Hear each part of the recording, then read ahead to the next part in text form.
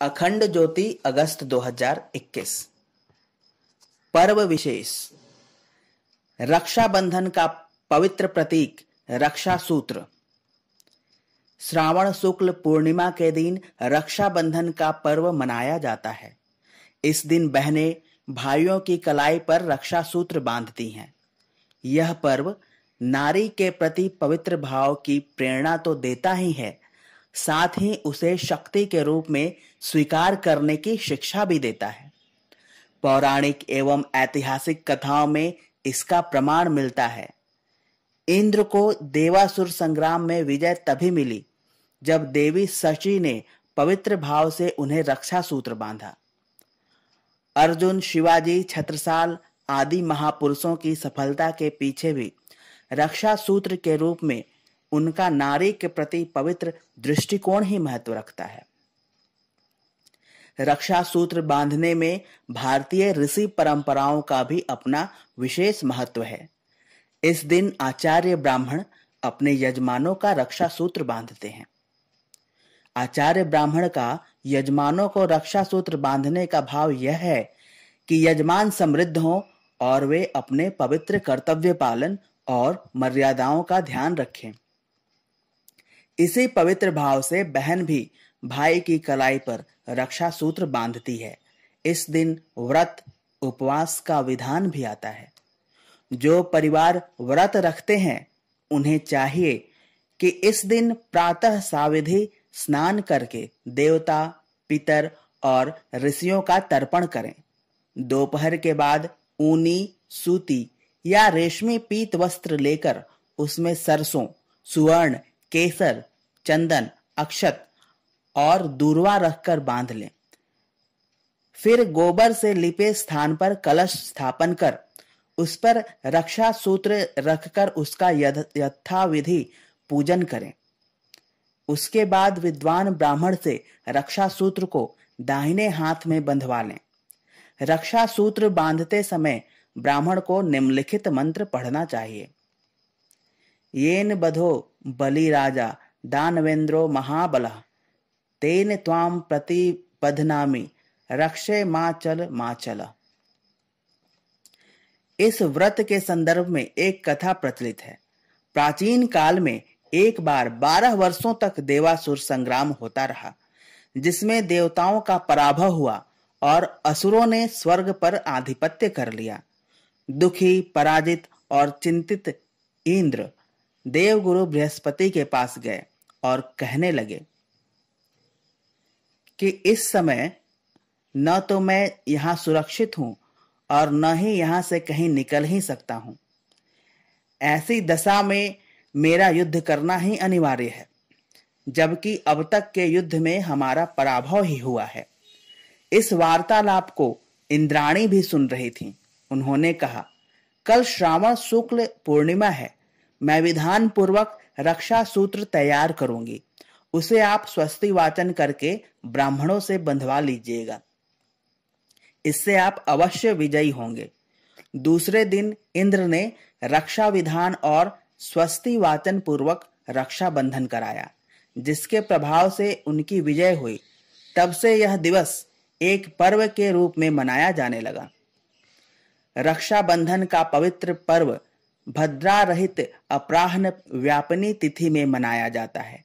यही शास्त्र का मत है कि यदि पूर्णिमा 2 दिन हो तो प्रथम दिन को महत्व दिया जाना चाहिए। यदि उस दिन भद्रा हो तो उसका त्याग कर देना चाहिए, क्योंकि ज्योतिष एवं धर्मशास्त्रों का मत है कि इस मुहूर्त में रक्षा सूत्र राखी बांधने से राजा का अनिष्ट होता है।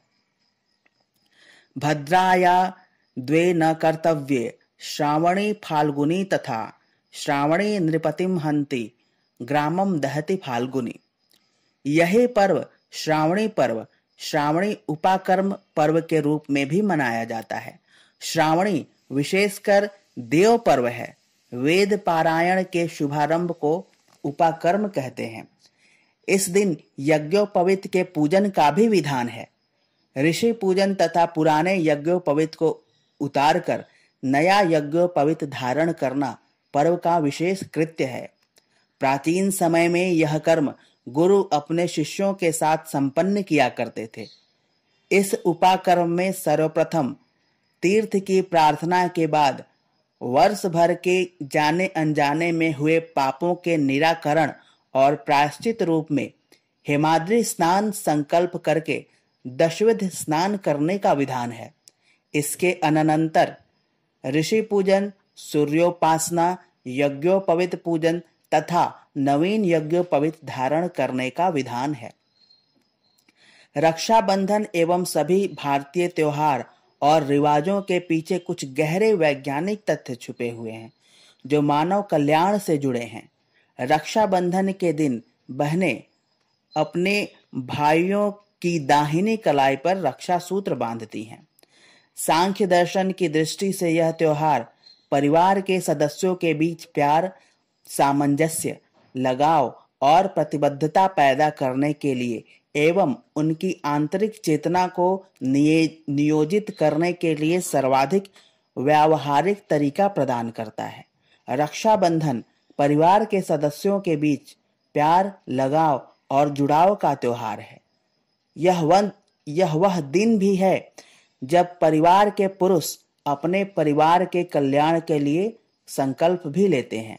वास्तुशास्त्र की दृष्टि से देखें तो प्यार, स्नेह, देखभाल और परिवार के बीच एक दूसरे की सुरक्षा का भाव महावास्तु के 16 वास्तु क्षेत्र में से 2 क्षेत्रों दक्षिण पश्चिम और दक्षिण पूर्व से गहरे तौर पर जुड़ा है। क्योंकि रिश्तों और पारिवारिक जुड़ाव का वास्तु क्षेत्र दक्षिण पश्चिम है, यह परिवार के सदस्यों के बीच लगाव, प्यार, जुड़ाव और सामंजस्य को नियंत्रित करता है। यह क्षेत्र हमारे परिवार के कल्याण के प्रति हमारी प्रतिबद्धता को भी नियंत्रित करता है। किसी भी घर में दक्षिण पश्चिम क्षेत्र परिवार के बीच न केवल स्वस्थ रिश्तों को सुनियोजित करता है बल्कि पूर्वजों से आशीर्वाद दिलाने में भी मदद करता है और यह परिवार के सुरक्षा बल के तौर पर काम करता है। जब घर का यह क्षेत्र संतुलित रहता है तो हमारे भाई और बहन हमेशा हर तरह से हमारी मदद के लिए तैयार रहते हैं। एक दूसरे के हितों की रक्षा और जिंदगी की कठिनाइयों से समस्त परिवार की सुरक्षा करने को यहाँ रहने वाले लोग प्रतीक रूप से तैयार रहते हैं। प्राचीन काल से ही मानवीय निवास के बाहरी परिकर में मौजूद विभिन्न प्रकार के खतरों और भय से खुद को बचाने के लिए आग का प्रयोग किया जाता रहा है। मानव मन और सभ्यता के विकास के साथ ही हर तरह की बाधाओं, भय और समस्याओं से समाधान करने के लिए इसकी शक्ति को स्वीकार भी किया जाने लगा।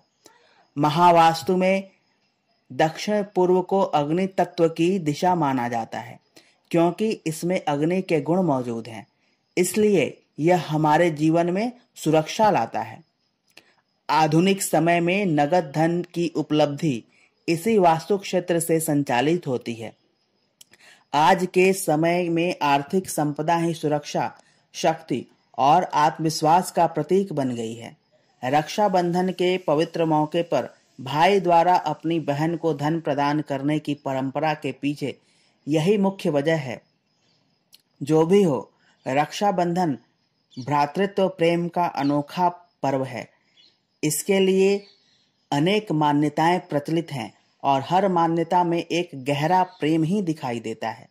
रक्षाबंधन में बंधन का आधार रक्षा सूत्र है जिसकी पवित्रता सदा अक्षुण्ण रहने वाली है। समाप्त।